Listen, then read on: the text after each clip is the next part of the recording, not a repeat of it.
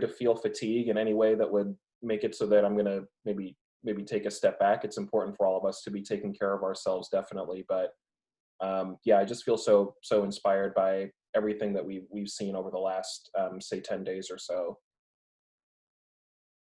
Totally. That is heartening, and and I also want to talk about like what you kind of learned, the fact that you were raising this issue in 2019, back when it wasn't on the tip of everyone's tongue and dominating national conversation. Just a little background, Alex Creason ran, you mentioned Nixon. It was sort of a law and order campaign, maybe not Nixon level, but that was the flavor of it. Especially when you look at some of the mailers from PACs that were supporting him. It was very much about the homeless are going to overrun our district if my opponent is elected, that type of thing. Right.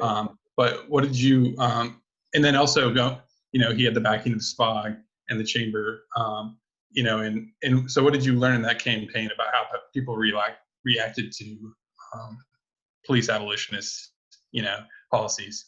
Right. Well, as I remember it, there was a mailer that was sent out by one of the Tim Burgess, former Seattle City Council member, Tim Burgess's PAC, that highlighted a list of policy points that, as they saw it, would disqualify me in the eyes of the 60,000 registered voters of District 4, 65,000, I should say.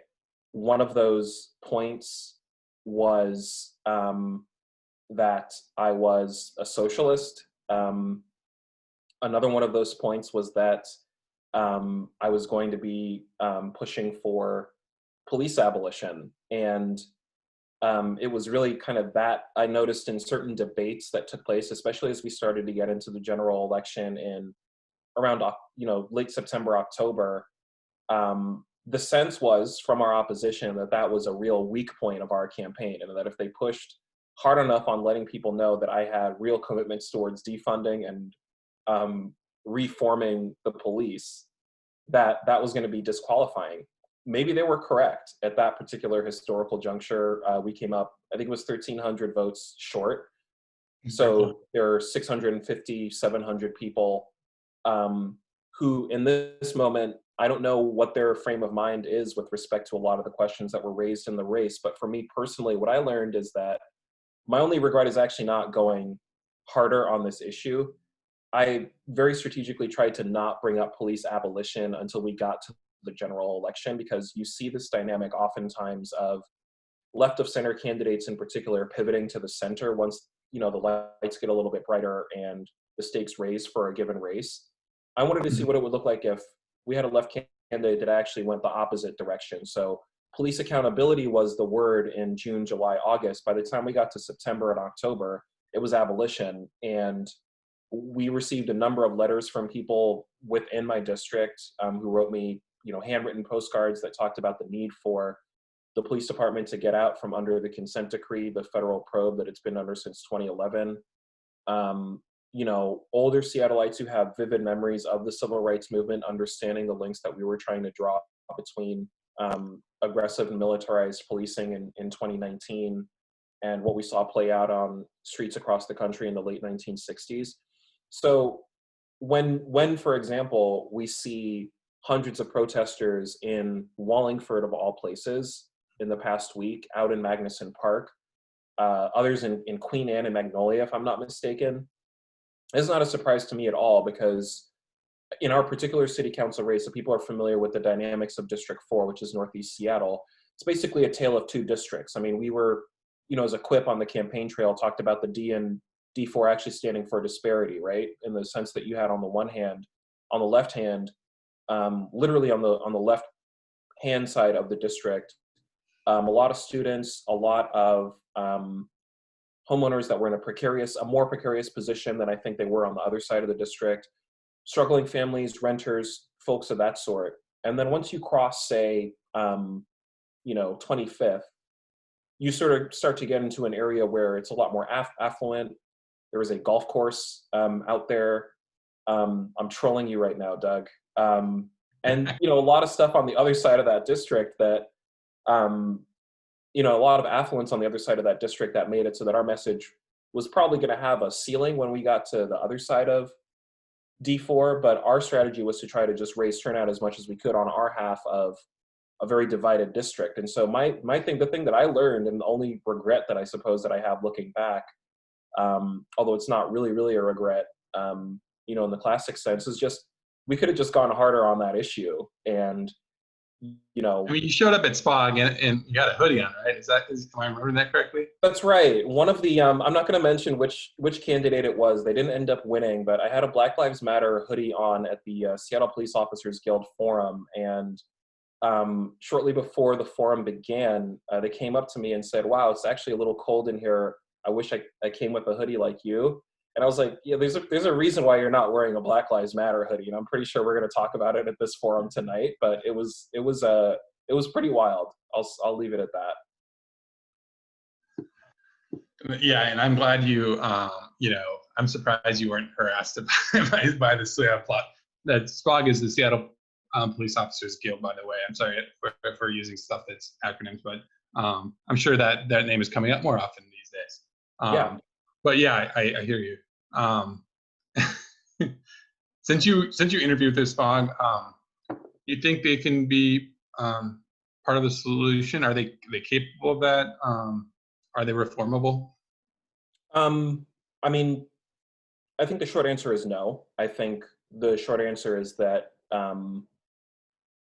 they're a police union that has been able to enjoy, as many police unions across the country, the political cover of labor federations like the Martin Luther King County Labor Council, to which they belong somehow still in 2020, so that when conversations come up around, for example, the lack of police accountability, the need for more civilian hire and firepower over certain officers, and who have been revealed to engage in police misconduct.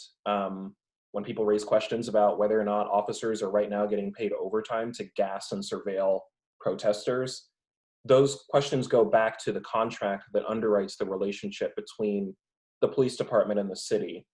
And because SPOG is able to belong to an ostensibly progressive labor federation like the Labor Council, they enjoy quite a deal of political cover, despite the fact that under 15% of Seattle Police Department employees actually live in the city of Seattle. With 1,350 employees, it's about 85% that do not live in the city of Seattle. And so my sense of the issue is that if SPOG was reformable, and if the Seattle Police Department was capable of upholding the values of anti-racism, we would not be in the position that we are currently in, with people calling on them to affirm that position or to leave the Labor Council. I have my thoughts about the action that may or may not be taken with respect to kicking SPOG out of that labor federation, but I think it's pretty clear that there is a movement of a lot of people that supersede anything I have to say about the matter, that have made their feelings about the matter pretty clear in the streets.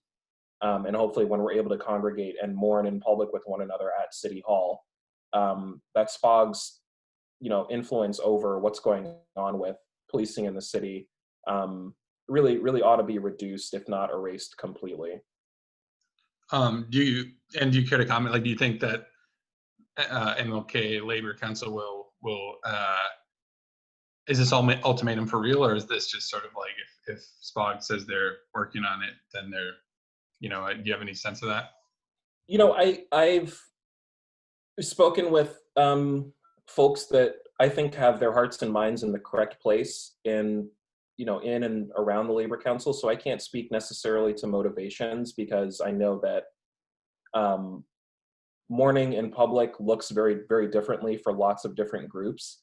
I think it comes down to just there being a very clear decision to make, and the will of pretty much everybody, every serious observer on this topic suggests that the right thing to do is to expel SPOG. And that's a decision that's going to have to be made. I mean, that's certainly above my head. I'm not somebody who's, got a particular stake in, or, a position of power within the organization in question. So it's really going to be decided by some of our stakeholders in the community. And so we'll see what they end up deciding to do. Hmm. I also wanted to ask sort of another sort of question related to your campaign. You know, a lot of your staffers have also moved on to things like yourself, whether that's working for presidential campaigns or whether that's being involved in the protests. I was wondering if you look at your electoral loss differently now, seeing all that energy kind of you know, transferring to new things now. Right. Well, I think it's possible to lose an election but win a race. And you know, certainly being actually in a position where the coalition that our campaign represented actually has a seat at the table is a world of difference from being able to exert influence, you know, maybe through sort of more indirect means. But I think it's, you know, definitely the case that our campaign stood for issues that have been, and I want to make this point really, really clear. We stood for certain issues that I think it's unfortunate were affirmed, right? Because, you know, many have sort of asked me the question about feeling, you know, vindicated or, you know, well, hey, well, now that, you know, we see protests across the country and CoStar, you know, the astrology app tweeting out police abolition like it's nothing, Mitt Romney tweeting out Black Lives Matter. I mean, do you feel some sense of like feeling vindicated? And the answer I always try to give is no, because what that means is that, you know, somebody has been lost. There's a family that's grieving. There's a city that's grieving. There's a community that's angry. We were trying to get to a position where we were proposing the preventative measures with respect to police accountability in specific. And I know at a certain point in time, we probably broaden this discussion out and maybe talk about where this fits into a broader constellation of urbanist issues. But on this issue in specific, you know, it was obvious certain events that have played out since the election has taken place, let's say, made it pretty clear to me that we were on the correct side of a lot of those issues, and that there was actually a learning curve for white elected officials who were fortunate enough to hop the broom and get elected. And you know, it's important for us as a community, I think, to realize that there's a foundation of knowledge that current lawmakers are building on and able to make use of, able to co-opt if you're feeling uncharitable. And that next time around, when we see community voices that are representing these issues in both an embodied fashion and from a principled standpoint, we should make sure that, you know, we take a second look and realize that that's coming from somewhere. It's not coming from nowhere. Mm-hmm. And just to sort of be specific a little bit too, I know, so Rico just started a monthly column with us. Rico was a long time, it was one of your OG staffers, and I think he did finance for you. And I saw Evie coordinating, you know, aid for one of the protests one day. I mean, these folks very much have not stopped being organizers. Mm-hmm. And you also were, I think, the first in Seattle to, you know, collaboratively and or otherwise allow their staff to unionize. So I wonder if those two things are related. But you know, I guess I also just want to thank you for kind of like finding good people and supporting them. Yeah. Well, the credit goes to them. I'm not a very good manager. I mean, our staffers, you know, knowing that, I mean, I'm a fucking socialist, they would call me boss to get under my skin. You know, and so I love, you know, my staff at this point, my former campaign staff, we're very, very close friends. I mean, you can't go through an 11-month cauldron like we did without, I think, forming some really, really close ties. And we did that with the broader community as well as with each other. Unionizing was something that they took the impetus, you know, that was completely them. It wasn't a question about, you know, how's this going to look in, you know, as far as a publicity hit or something like that. We got questions like that all the time, but it's not a surprise at all that they've continued to be active and organizers on all kinds of fronts. So yeah, I will make sure to pass on what you just said as far as, to them. Totally. So I was going to ask you about your conversation with Alex Peterson about police reform, but if you're getting tired of all these police questions, it would free to pivot to some other stuff. But Anything you care to share about that? Yeah, it was a surreal moment.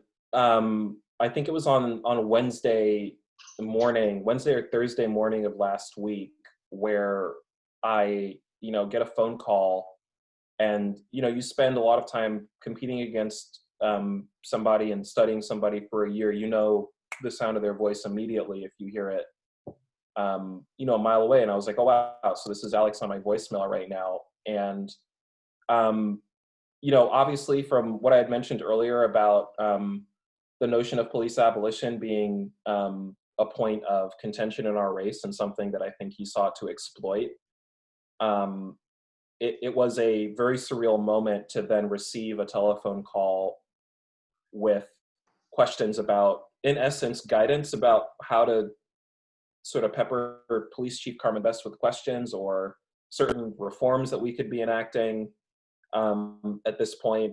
And for a lot of people, if anybody here has run for anything, or planning on running for anything, or competed really really hard for something and maybe came up a little bit short, it doesn't matter how much inner resolve that you have. There's always a process of closure that has to take place, whether you win or whether you lose. And I think I was about 98% of the way there, from being able to just sort of look at 2019 for what it was. But I think getting that telephone call was probably the last 2% that made it so that I can sort of look back on 2019 without feeling any compunction of regret or anything of that nature, because it's pretty clear that the movement that we were trying to build and the issues that we stood on, and the amount of people that have been pushing for this for so many years, is not going anywhere, and is going to continue to exert influence in more ways that I think we can imagine sitting here. So that was a he didn't call to ask my opinion about bike lanes on 35th. I did not get the telephone call with respect to the upcoming fight around progressive zoning that hopefully the city is going to have. It wasn't a phone call that had to do with affordable childcare centers, which we still need in the city of Seattle, or progressive revenue, which was an issue that was at the front of people's minds locally for a few weeks before everything that happened. And I do see all of those issues as interrelated with one another. That was not the nature of our phone call, but I had some thoughts on those issues as well. Yeah. And so time can only tell if I'm going to be similarly consulted, let's say, as we hopefully start to think in a broader systematic way about how to make Seattle the progressive city that people think it is from the outside. And it sounds like there's sort of a avenue now for them to talk about, big business taxes without the fear of a lawsuit because of the way the governor changed his order. So I think those conversations will happen this month or next month. So in a few, I'm going to try to get to some of the audience questions coming in the chat. But let me see. Yeah, I think maybe I'll work in a few chat ones out, because otherwise I'm going to take all of the questions with my own. So there's some interest in, where do we go from here kind of thing. And I guess I'll start getting there now, because I know that's a big conversation. Whether that's, do you want to talk about some of the concrete things, in policing policy, or whether that's movement building, or how you kind of want this to go? Yeah, I mean, I think there are a few things that all of us need to sort of be thinking about is on our radar. I mean, the amazing thing is that this everything that we're seeing play out on the city streets is taking place in the same year that the city council is actually going to be negotiating with the Seattle Police Officers Guild the upcoming contract that underwrites the relationship between the city and the police. There's going to be a big budget fight, which I think the current council has gotten out in front of in ordering an inquest, if I'm not mistaken, of the Seattle Police Department, and sort of looking through what the line items are and the areas for defunding and appropriate, topic areas for defunding the Seattle Police Department might be. I know from personal conversations that there are certain priorities in the middle of this fight. Amazingly, one of those has to do with the ending the deadly exchange, where Seattle police officials are sent to Palestine, to learn policing and crowd control techniques from the Israeli army. That is something that the From city an occupying force, basically, you're saying, like, exactly has spent, under the tree. tens of thousands of dollars. Police Chief Carmen Best participated in this program as recently as 2015. So there are a number of those fights, and I think people are going to sort of start to see, once that inquest is performed, I think that's going to be really, really key to getting a sense of how exactly we are going to go about defunding the Seattle Police Department to the tune of 50%, which is, I think, what the most active community demands, or the community demands on the part of the most active organizers, have called for. Something that I have been encouraging people to not lose sight of as well is there are certain legislative, or I should say, excuse me, certain legal codes that are on the books right now that encourage a culture of surveilling and badgering. The Office of Civil Rights conducted a work group or a workforce reentry study that indicated that 2 city ordinances in particular, the city's drug loitering ordinance and prostitution loitering ordinances, have been, the pretext for a lot of stopping and frisking, if you will, that have, taken place, between the police department and mostly communities of color. The city council is totally within their purview to repeal those 2 ordinances. And then, so there's the bigger SPOG conversation, which is later November, the budgetary conversation, which I think is going to start to take on more momentum once the inquest is finished by July. I don't know what, council is thinking with respect to repealing those 2 ordinances that I just mentioned, but they could do that, the next time they meet if they wanted to. And then there's the fight between the council and the mayor, which has been pretty enjoyable to watch, because I think there's a sense that a lot of, political observers in Seattle have, that the mayor has sort of pushed council around for many years. And, around particular fights like the sugary beverage tax, for example, misappropriating funds that were clearly deigned for one purpose and using them for, another, or misappropriating those funds. So, it's kind of a moment where I think the council, almost every member of which I think exists to the political left of the mayor, you do kind of get the sense that a little bit of this was kind of taken personally. The fact that you had 4 sitting council members literally getting gassed by their own police department on, I think it was Saturday night. Mm-hmm. And so while I'm not certain that fight is going to result in the removal of the mayor from office, it certainly has escalated a relationship that up to this point in time, many people had felt was pretty one-sided. And so it's good to see some fight from our council members. I know it had been there and has always been there on a lot of different fronts, but I think people have been waiting for, the level of leadership that we've seen on certain issues from the council, and hopefully are going to continue to see moving forward. And I just wanted to sort of because even when I saw the story today, it's a big story, the inquest process, but basically what's happening there, because and like so many of these things, it's sort of like consent decree inquest. Like, it all sounds kind of boring, but it's really where a lot of the action is. Right. Basically, if I understand this correctly, SPD makes it very hard to understand what their budget even is. Like, where is what going? And the Durkin administration is guilty of this very often too, of keeping it very close to the vest, and suddenly they drop this budget, Mm-hmm. and council's left picking through it desperately, with the short kind of schedule. Right. But this inquest process should shed some more light, if I'm understanding it correctly, because basically we allow it to be very opaque. Mm-hmm. I think that's the case. And a long time, a friend of the Urbanist, Justin Farrell, brought something to my attention recently around the irony about the fact that accountability has been such a big buzzword for pretty much every health and human services program, that's been enacted in Seattle the last decade. Accountability was literally, in the D4 race, my opponent's is, damn near slogan, right? But that, for some reason, this sort of notion of fiscal accountability always, very rarely seems to go right, right? Mm-hmm. Like, it's always in the direction of arts programs or services that are to help the homeless, or whatever the case might be. So what we're seeing now is actually, I think, a pretty appropriate reversal of the single biggest source of, or the single biggest expenditure in the city of Seattle's budget is nebulous public safety expenditures. And if you're looking for a place to quote unquote reduce waste, if you're looking for a place to quote unquote see performance audits and see whether or not the stated values of a given civic pillar line up with where that civic pillar is spending its money, the police department is really the place to look. And so for folks who might be a little bit bored, as you said, in terse terms, Doug, with the notion of an inquest being something that's going to be productive, that's actually how you find out what's going to get cut. So I look forward to seeing, I think the results of that inquest are supposed to be finished by about July the 15th.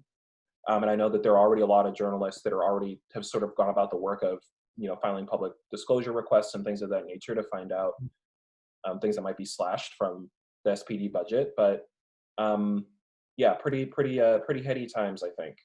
And it's been a long time since the SPD budget has shrunk. It's just always growing and growing. And Mayor Durkan had a large increase in her one of her last budgets. So yeah, and I want to quick follow up that Ben suggested here, just in case you had more thoughts on the strategy, but you sort of answered it, but I'll read it anyways.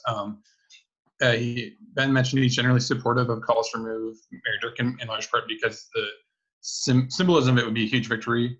But whether it's fair or not on the fairness side, any misconduct or failures by the police and Chief S, ultimately rolling up to her.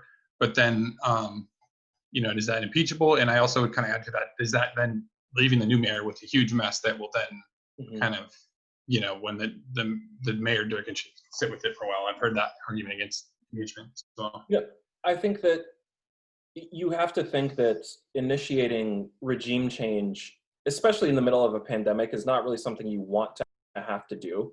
And so long as there is broad agreement on the council around the mandate that has clearly been handed to them by protesters that are in the city's streets across the country, and especially in Seattle, that they might be leaning towards thinking that where their political capital, if you will, is best spent is actually in the search for concrete solutions immediately, and that a lengthy, prolonged legal fight with, the mayor, and in essence, inviting her to a hearing, there could be an appeals. That's a fight that you, regardless of how anybody on this call might feel about the performance that Mayor Durkan's performance up to this point, you can be sympathetic to the viewpoint that maybe this is not exactly where we need to go in this direction. I don't personally agree with that viewpoint, by the way. I think actually the thing to do is to, depose the mayor. But I think settling for a calculated drainage of her political capital and essentially ensuring that she will be a one-term mayor is also a tactic as well. For a lot of people, I think, the spirit of the mayor's office and the spirit of the 7th floor was taken from it already in the protests that we had seen. Just the amazing, optic of Nikita Oliver asking her for accountability in front of 10, 15,000 protesters in downtown. She's booed off the steps of City Hall. So again, it's possible to win. I think it's possible to win the office and lose the spirit of the office. And I think that's how many people feel about Mayor Durkan's performance up to this point. Putting it, I'm trying to be diplomatic here, Doug. That is fair. Yeah, we don't want to make any tactical errors here because I feel like there's a incredible amount of energy. Right. I wanted to pivot to big business taxes. We've already kind of been dancing around it, but Laura Lowe had a question. She said, I see people who have been pushing for tax Amazon or a big business tax wanting to continue pushing it at this moment, but don't want to look like they are co-opting the moment. Coming up in the next few months, there will be deep cuts and discussions around progressive revenue. What type of framing or what type of narrative framing and messaging do you think is most authentic for people who want to navigate that conversation? Police, abolition, and progressive taxation. Well, it's going to be an inherently fraught issue for all 11 elected officials in the city of Seattle, the city attorney, the mayor, plus our 9 city council members, because none of them are Black. So none of them have the embodied experience of actually being able to talk about or articulate these issues from a vantage point that I think has an added level of gravity to it. That is not at all to disparage the leadership that we have seen from our progressive city council members in particular on these issues. But to be frank about the question that you asked, the reason why that is an issue that needs to be thread is because there's a certain kind of experience that, hopefully moving forward, we're going to recognize as experience. But when you're, talking from the vantage point of one or more marginalized members of society, that you're going to be bringing an additive perspective there that's going to make it easier, in fact, to draw these links. My suggestion to council members that are going to make progressive revenue a priority moving forward is to do the homework. You can't make the case about progressive revenue in this moment without talking about also the enormous amounts of waste that we have spent on the carceral state and its satellite institutions, programs, officers, sergeants, etc. So in order to make that budgetary case, or in order to make that pivot from where we're at with the conversation around police abolition to the conversation around progressive revenue, you just have to go through the budget and do the work of showing people why this is a priority at this moment and take it from there. I think that would be that's my vantage point on it, I'll say. Awesome. And I kind of want to pivot to one of the questions because it's kind of along these lines, but since you mentioned you're a democratic socialist, member of DSA, and capitalism is also something that is rooted in racism, especially in our country with the history of slavery. Do you think that these similar interventions are needed there to sort of talk about big systemic changes, potentially almost reimagining what that sort of American identity there is? Right. I mean, I think the amazing thing about the movement that has been emerging to defund the police at the local level in Seattle is that it has managed to do something that, up until a few weeks ago seemed pretty difficult, right? It is essentially socialist in nature without constantly reminding you that it is socialist, right? The idea of taking money that is going to an uncountable civic institution and putting it in essence in the hands of the people or in the hands of programs that support the people, that's socialism at its core. I have seen some commentary that suggests somehow Black Lives Matter is a social movement that is at this point in need of rescuing from co-optation. And I think that's the case of pretty much any social movement that you can imagine.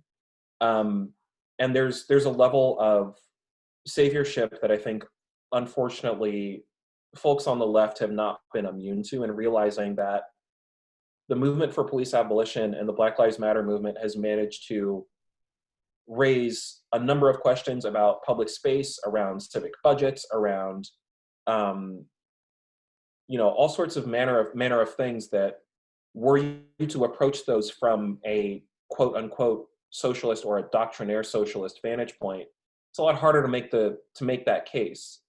And it's been done within a framework that I think has been pretty relatable to most people. Again, I go back to thinking about, Mitt Romney of all people tweeting out Black Lives Matter. That's a real shift. And sure, there's an element of co-optation to it as well.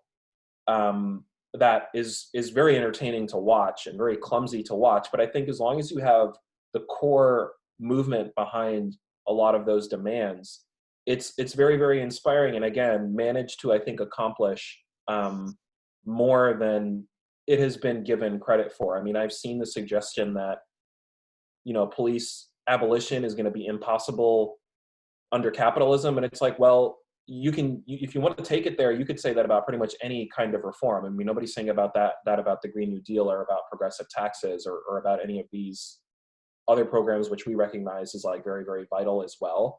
So I think there's a reckoning that the left of center has to do with sort of where our expectations were for some of these, movements that we always said that we wanted to see. But when they actually actualize and they materialize in ways that are a little bit messier, a little bit sloppier, a little bit more improvised than maybe Marx or Lenin said they were supposed to happen. It's time for people to sort of, take a step back and realize that just because it's not happening the way that, you thought it was supposed to happen doesn't mean it's not happening, basically. Yeah, that makes sense. And do you think that the other kind of critique of Black Lives Matter that you hear, that they need to make their demands more specific or actionable or something like that? You even hear that from President Obama. Do you think those are valid, or do you feel like part of the reason that, like you mentioned, that it's part of their success that there's a framework there, but it's not like, Hmm. You must do X, Y, Z all laid out there for you? Hmm. Yeah, well, I was happy to cast 2 ballots for President Obama. I think, it's important to sort of point out that the beginnings of the Black Lives Matter movement happened under his watch. They happened in 2014 and 15, the waning years of his last term. Um, and, that's important for people, I think, to sit with. And these movements are going to look different from city to city. I mean, the fight that we're having right now around defunding the police, I think, looks very different than the one that might be taking place in other parts of the country where there might still be laws on the books with respect to chokeholds being legal, right? So some municipalities, I think, are on different trajectories than others. And I think that's part of the reason that this movement that's been building has been so beautiful and inspiring, is that everybody has had their experience with what this looks like in their particular locality. And so to know that you have people in Los Angeles or Chicago or Salt Lake City, for God's sakes, talking about similar kinds of things in this vein, isn't that what we kind of always wanted? I mean, for people to be drawing these kinds of links and thinking about their cities in really, really deep, deep ways that they would not have otherwise without widespread upheaval. I mean, that's I think something to admire. And so I know the demands in Seattle are pretty concrete up to this point. It has to do with disinvesting from the police department. It has to do with a 50% reduction in the Seattle Police Department's budget. And let's take it from there and see what the movement is able to continue to win. That's a good segue into Jordan's question. If we do defund police, where do you think our taxpayer money should go to make the most impact and positive changes in public safety and community healing? Right. So a good reference for this, and before we get off the call, I'm going to find the document that was generated by the Workforce Reentry Group. This was a study that was introduced to council by Councilmember Herbold. May have originated in her committee, if I'm not mistaken, but there were 3 very, very particular actions that were outlined in that report that the group that was commissioned or convened, I should say, recommended. 2 of them had to do with repealing the ordinances that I mentioned earlier. With respect to the funding component of this, it's definitely investment in the city's health and human services programs, programs like Share Wheel, for example, that were axed at an earlier point. And there are more funding specifics there now that the link has been dropped by Laura. Thank you very much in the chat. I would encourage everybody to sort of look in that direction. But the long and short of it is that there are a number of programs that for many years have been systemically underfunded, that have expanded the reach of the carceral state in its current form, and that steering investment there is a much better idea. Safe consumption sites are certainly a measure that we've seen Philadelphia take, that Seattle has been slower to embrace. And so yeah, there are a number of programs in specific that have been identified already, I think, by community partners that I don't want to misrepresent in the course of this call, but it has been something that the city has already devoted resources to identifying up to this stage. And I know that, there are a number of council members, I think arguably the majority of council members are in a position to be advocating for and pushing for those investments to be made. And I hope that's what they end up deciding to do. Mm-hmm. And I know that, part of that's because a lot of what police do is, number one, car crashes and fender benders and stuff like that. And then, their top of the list is carrying out homeless sweeps and other kind of homelessness interventions. And it feels like you made the point in your campaign that the sweeps are, not the most judicious use of our funds, to put it lightly, and inhumane, to put it in moral terms.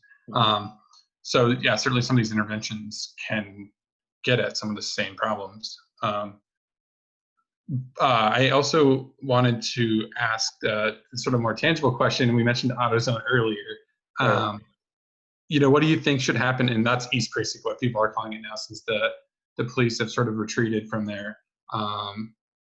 What do you think should happen with that building, with that block? And how can we heal in that case too?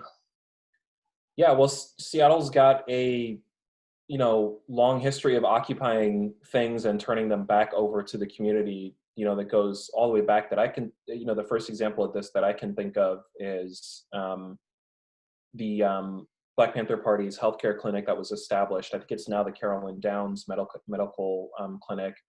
You think about Fort Lawton as well. Is a building that was occupied by Native demonstrators. And at this stage, the recognition that I've seen that's been the most powerful around what to do with this area of Capitol Hill is to find ways to distribute and redistribute that land to Coast Salish peoples, to whom this land belonged, before any of the political conflicts of settlers came to define this place that we know as Seattle. This was Coast Salish territory.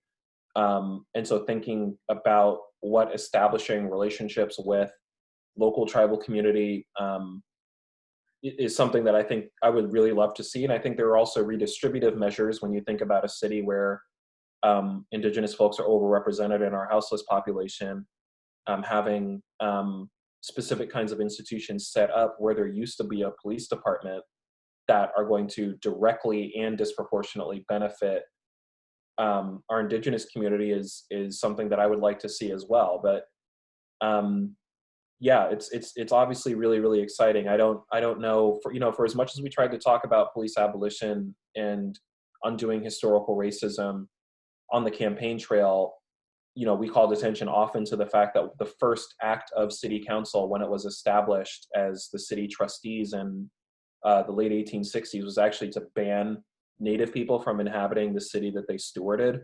As much as we talked about all of that on the campaign trail and in 2019, I didn't think that we'd be sitting here, in June of 2020 talking about literally occupied territory that protesters have taken over and commandeered from the police department, and thinking about the best way to redistribute that. So there's an aspect of it that I think is pretty surreal for a lot of us, where this is just happening all at once and pretty quick.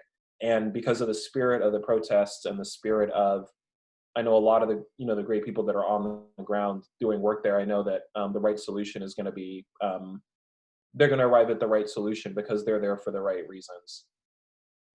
Totally. And that's so hard for a blogger. I mean, we want to have all the answers. Right. So I that's good of you to mention that, because I got to check that impulse on myself sometimes. But yeah, that's a good point. It seems like they don't want to use the police station anymore. Do you have any thoughts about the block itself? We just proved that you don't need, it's Pine Street there, right? Yeah. You don't need that block open to cars apparently, because it's been walled off for 10 days. So here again is a great example of, this isn't exactly how I think a lot of people imagined pedestrianized streets manifesting themselves. But I think Malcolm X did say by any means necessary, right? So if it didn't happen as a result of sort of a technocratic top-down, having the right elected official, inserting the scalpel in the right place sort of measure, I think this is going to be just as good, and I think it's probably going to be better. And so you think about all the, I believe that was the block where Councilmember Mosqueda had talked about establishing a super block. And so there you have it. What was probably going to take 18 years or 18 months or 24 months, took 3 days of protesting, and there's your super block. It almost makes you just wish that maybe if this happened on the Ave as well, the U District Mobility Group, I know they're probably hoping that there were going to be folks out on the Ave forcefully pedestrianizing, if you will, that area. Um, and so all across the city, I think you see a lot of people just reimagining what radical access, not just access, but radical access, if not radical possession of um, city streets can look like. And we saw it and we've seen it pretty quickly. It's hard to imagine between the combination of the pandemic, number one, and these questions already coming up in the context of a pandemic with more open air seating, for example. I know that being a priority for council member Strauss over in Ballard. The combination of that pandemic plus the protests that we've seen, it's really, really hard to think that we're just going to go right back to thinking about our cities and public space in quite the same way. And that's, a credit to everybody that's just been out day and night for the last 10 days. Yeah, and thank you to everyone who did participate in the protests. It's certainly, it's not easy when the threat of violence is there, and appreciate everyone who put their, kind of body on the line. I wanted to ask a question. You brought this up on Twitter as well, but kind of bringing up in this venue. But you spoke out about the lack of Black leadership in Seattle, Black elected leadership. There are no Black city council members, as you mentioned. There's no Black state senators in our whole state. None of our federal delegation is Black. Gurmai Zahale is our only Black King County Council member, represents part of Seattle, but other than that, no King County Council members. And Eric Pettigrew is the only Black state legislator, I believe, and he represents Seattle, and he's retiring. Luckily, there's 3 great Black candidates running to replace him. I mean, it's a bit of a logjam. I kind of wish, we could have spread out the wealth. Kind of prefacing some of our tough decisions that our election committee has. Anyways, so it, basically there isn't much as far as Black representation. So what do you think that lack means, and how do we change it? Well, I mean, I want to make sure that the work that, for instance, Councilmember Tammy Morales has been doing in District 2 since she was elected in November far supersedes anything that we were going to see Bruce Harrell do in that seat. I mean, I think most people can agree on that on this call, that simply having Bruce in there, or simply having a Black elected official, that's not, it's not it might be a necessary, but it's not a sufficient condition for the kinds of change that we need to see. That said, I think there is another level of urgency around a lot of these issues that, an added perspective, we would all benefit from. I mean, we have enjoyed Black cultural, culinary, musical, aesthetic achievements in so many ways in our private lives. I think it'd be absurd to kind of think that it would be anything different in our public lives as well, that having the ability to have that perspective sort of bestowed on how we proceed civically as well, that would be something that would be a tremendous benefit for us. So, the good thing about elections, until it's not true of American elections, is there's always another one coming up, right? There's always another cycle. There's always another opportunity to apply what you learned 2 or 4 years ago and try to get it right next time. And hopefully, candidates like Gurmai, who are able to get in there and win and really stand up for equity in all kinds of different ways. I mean, the work that he did to make it so that there was going to be a COVID testing center. Owen, I'm not answering that question you just dropped in the chat. The work that Gurmai did around that issue in specific, you really, really think about. That's exactly why it's important to have Black voices and Black people at the seat of the table. So, hopefully, space has been cleared by his campaign, which was a successful one, and hopefully, people look at some of the areas where we could have improved and been 4 points better, and they take it next time and they're able to make it in and win and initiate the kind of change we need to see. Yeah, great points. And Gurmai was also the one who put out the call when the first one to answer the call when in the barricade on Saturday, when they started gassing again after the ban was supposedly in effect. and he brought in a lot of folks with him. So seems Right, like he's rising to the occasion. So right. that's good to see. So you said you want to answer it. A couple of people are asking. Either A, if somehow that Mayor Durkin gets deposed, would you be open to filling in a temporary capacity, kind of like Kristen Harris Taylor did, or B, running again? So the run in 2019, which the declaration of my candidacy for District 4 and Seattle City Council happens in late 2018, in November of 2018. It was a campaign that I think was hatched in a lot of ups and downs and a few wins and losses that the left of center has sort of sustained over the previous few years. I feel like it was a pretty organic candidacy as well. I mean, there's obviously, I had to personally figure out whether or not this was something I could do for myself. And I knew that I was up to the fight. Obviously, that's why I ran. But there were also community partners that came to me that said, you could do probably some good work in the course of your campaign and your tenureship as a council member. You can't recreate that. I mean, once that happens, and you can't bottle the reasons why you maybe declared in 2018 and think that can forecast necessarily. I mean, it's a very different city. But I will say this: I think it's pretty clear that there's leadership that folks would like to see on a number of issues that I also happen to find personally really important. And if you sit down and you sort of look at the lay of where the city is at, and if you actually feel like you can make a difference on some of these issues, I think on some level it'd probably be irresponsible of me to not at least consider it.